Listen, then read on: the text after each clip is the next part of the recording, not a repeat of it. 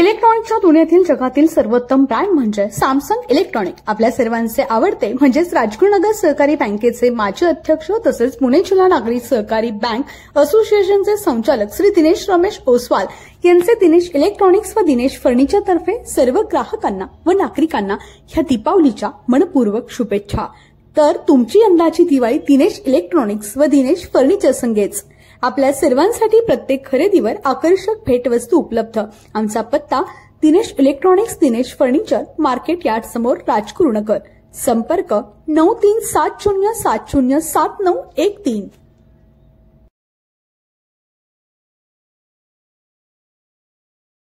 नमस्कार, मी सिद्धेश कर्नावट. फोकस महाराष्ट्रमध्ये आपलं स्वागत आहे.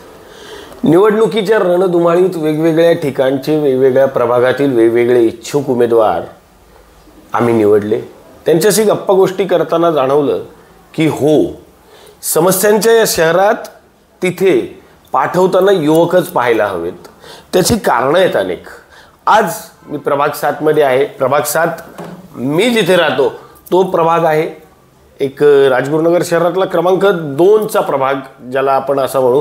2चा प्रभाग या शब्दाचा अर्थ असा की इथे लोकसंख्या जी आहे मतदारांची ती दुसऱ्या क्रमांकाची सर्वात जास्त लोकसंख्या आहे आणि हा शहरातला एकमेव असा प्रभाग आहे जो प्रभाग 3 नगरसेवक देणार आहे.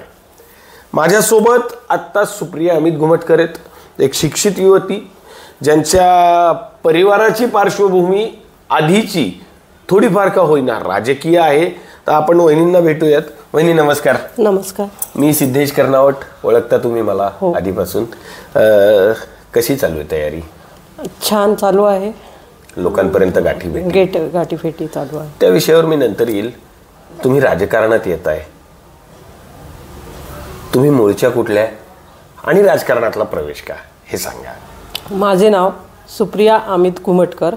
माझं राजकारणात येण्याचं कारण हे आहे की माझे चुलते पुणे महानगरपालिकेमध्ये प्रशांत बधे हे नगरसेवक होऊन गेलेले आहेत. तसं पाहिलं तर मी लहानपणापासूनच राजकारणी घराण्यात असल्यामुळे मला राजकारणाची आवड तर होतीच. त्याचबरोबर माझे पती हे समाजकार्यामध्ये काम करत असताना मी त्यांना साथ दिली आणि अजून आवड निर्माण करून मी त्यांना इच्छा व्यक्त केली की मला. तुम्ही त्यांना आधीपासून साथ देताय. अमित माझा मित्र आहे. मात्र यंदाच्या जे काही आरक्षण आले प्रभागात, अमितची इच्छा होती लढण्याची. आता महिलांसाठी जागा आली त्याच्यामुळे तुम्ही लढताय याची सुद्धा आम्हाला कल्पना आहे. तुम्ही अमितच्या खांद्याला खांदा लावून कोरोनानंतर जास्त प्रभागात काम चालू केलं हे सुद्धा माहिती आहे. प्रभागातल्या समस्या काय काय आहेत? प्रभागामध्ये म्हणजे पहिले म्हणजे कचरा व्यवस्थापन, त्यानंतर पाण्याचे नियोजन व्यवस्थित नाही आहे, त्यानंतर म्हणजे सुविधा उपलब्ध नाही आहेत. काही ज्या सुविधा हव्यात त्या सुविधा नाही आहेत. जसं की नगरपालिकेचा आपल्या जसा काही विकास चालू आहे तसे सुविधांचा विकास कमी आहे आपल्याकडे. हे पाहून मी उमेदवारी अर्ज भरण्याचा विचार केला आहे. तुम्ही लोकांपर्यंत पोहोचलात? हो. किती वेळा तुम्ही म्हणजे 2 प्रभाग पूर्ण झालेत का? हो 2 वेळा झाले आहे. तुम्ही प्रभागातील समस्या मला 20 ते 30 सेकंदात सांगितल्या. अगदी 4 ते 5 समस्या तर तुम्ही मला फार झटक्यासरशी सांगितला. इतका अभ्यास झालाय तुमचा प्रभागावर? प्रभागावर तसा अभ्यास म्हणजे थोडाफार झालाय, पण एवढा पण खोलपर्यंत नाही केलेला की ज्यासाठी नगरसेवक म्हणून निवडून जावं लागेल तेव्हा त्याच्यानंतर लोकांची कामे करता करता खोलपर्यंत तुमचा अभ्यास होईल. ठीक आहे, मला त्याच्याबद्दलही नाही बोलायचं. तुम्ही म्हणालात प्रशांत बधे तुमचे चुलते. प्रशांत बधेंना मी फार वर्षापासून ओळखतो. आम्ही जेव्हा लहान होतो तेव्हा शिवसेनेत प्रशांत बधे एक फार पुण्याचे मोठे कार्यकर्ते होते. माझ्या मते त्यांनी आमदारकी सुद्धा लढवली होती. प्रशांत बधे यांच्या बाबतीतली मला आठवण सांगायची तर एक शिवसेनेचा रांगडा कार्यकर्ता मला त्यांच्याकडे पाहून आठवतो. तेव्हा लहान होतो आणि मी नानापेठेत राहायचो. तेच गुण तुमच्या काकांचे किंवा तुमच्या चुलत्यांचे तुमच्यात आहेत का? नक्कीच आहे. तसं करूनही दाखवणार आणि त्यांच्या खांद्याला खांदा लावून चुलत्यांचंही नाव पुढे करणार आणि ह्या घराण्याचंही नाव पुढे करणार. नक्कीच तुम्हाला शुभेच्छा आहेत आमच्या. थँक्यू. पुढे एक प्रश्नाकडे जातो. मला सांगा, तुम्ही समस्यांबद्दल बोललात, तुम्ही प्रभागात काय काय कामे केलीत? प्रभागामध्ये करोना काळामध्ये जे काही म्हणजे जे रुग्ण होते त्यांना अन्न वगैरे दान करण्यासाठी ह्यांनी जे काही योजना केल्या किंवा काही ठिकाणी म्हणा की अन्नधान्याचे किट्स हे दिले, परत लोकांना गॅसची सुविधा होत नव्हती, ते सुविधांचंही त्यांनी माझ्या पतींनी त्याचा घरोघरी जाऊन त्यांना वाटप केलेले आहे. तुम्ही कोरोनात तुमच्या पतींसोबत किंवा गुमटकर परिवार हा फार आधीपासून राजकारणात आहे, राजगुरुनगरच्या विकासाला हातभार लावत आलाय. तुम्हाला वाटतं लोक तुमच्यावर विश्वास ठेवतील? नक्की ठेवतील. तसं पाहिलं तर आपणही तसं लोकांना आश्वासनं देऊन की वचननामा प्रसिद्ध केलाय मला कळलं. हो नक्कीच. पहिले म्हणजे कचरा व्यवस्थापनासाठी मी सदैव लक्ष देईल. त्यानंतर पाणी योजनेसाठी त्यांच्या काही समस्या असतील किंवा पाणी वेळेत येत नाही आहे, ते पहाटे येतं, कधी दुपारी येतं, तर कधी संध्याकाळी येतं, कधी कधी नाहीच. 2-2 दिवस पाणी लोकांना पुरत नाही, पुरवठा होत नाही आहे म्हणजे पाण्याचा. त्याच्यासाठीही लक्ष करेल. परत बेकायदेशीर काही चालू असेल तर त्याच्याकडे लक्ष देण्याचं काम मी पूर्णपणे प्रयत्नशील करेल. मला वाटत नाही की आपल्या प्रभागात तरी ही काही चुकीची कामं करतायत असं मला तरी वाटत नाही, जेवढा आम्ही पत्रकार म्हणून पाहत असतो. त्याच्यामुळे माझ्या मते तरी तुम्हाला ते ताण पडणार नाहीत.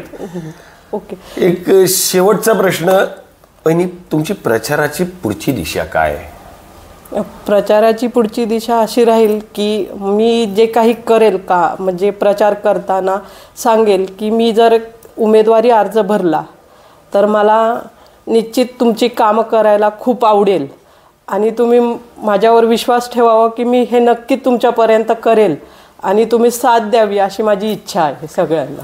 नक्कीच जनता तुमची साथ देते की नाही हे 2 तारखेला कळेल मतदानाच्या दिवशी.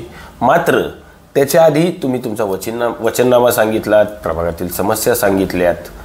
अमित म्हणजे तुमचे पती हे तुमच्या सोबतीला आहेतच, पण जर तुम्ही तिथे गेलात तर आमच्याकडून एक तुम्हाला विनंती आहे की पुढची जी काही टर्म तुम्हाला मिळेल त्यामध्ये तुमच्याकडून नक्कीच जनतेची सेवा व्हायला हवी, जनतेची कामं व्हायला हवी, इतकीच इच्छा. फार छोटीशी, फार कमी वेळात तुम्ही तुमचं विजन मांडलं आमच्या पुढे, त्याच्यामुळे तुम्हाला मनापासून धन्यवाद.